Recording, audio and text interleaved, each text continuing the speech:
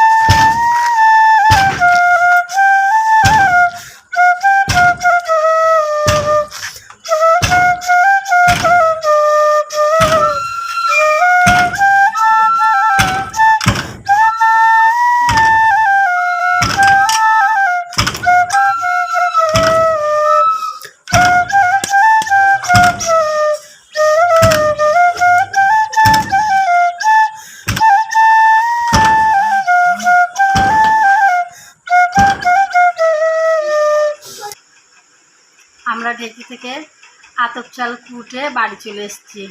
এখন আমরা পিঠে ভাজবো। আমি গরম জলের মধ্যে পরিমাণ মতো নুন দিয়ে দিচ্ছি, তারপরে গুঁড়োগুলো দিয়ে ভালো করে গুলিয়ে নেব। আমি দিয়ে দিচ্ছি গুঁড়োগুলো জলের মধ্যে। উষ্ণ গরম জলের মধ্যে আমি আটাগুলো দিচ্ছি, মাখাচ্ছি। বেশি জল আমি দেব না, বেশি আটাও দেব না।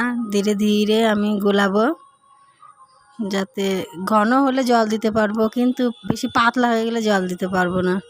আমি ধীরে ধীরে গোলাচ্ছি, বেশি গাঢ় গাঢ় করে।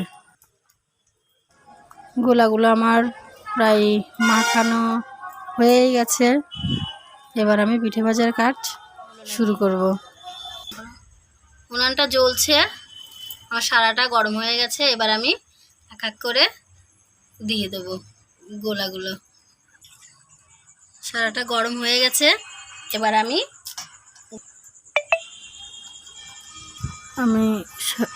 খোলাতে গোলা দিয়ে অন্য একটা ছোট্ট সারা দিয়ে ঢেকে দিচ্ছি।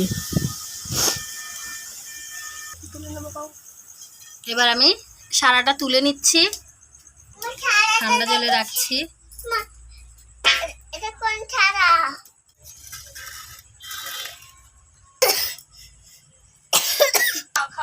এবার আর একটা গোলা দিয়ে আর একটা পিঠে ভেজে নিচ্ছি।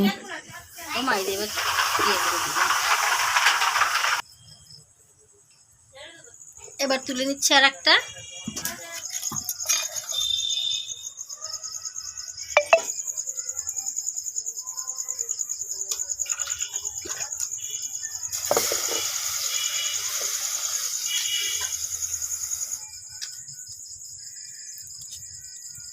হাত দিয়ে তুলবে জিনিস ন্যাকড়া দিয়ে তুলতেছি।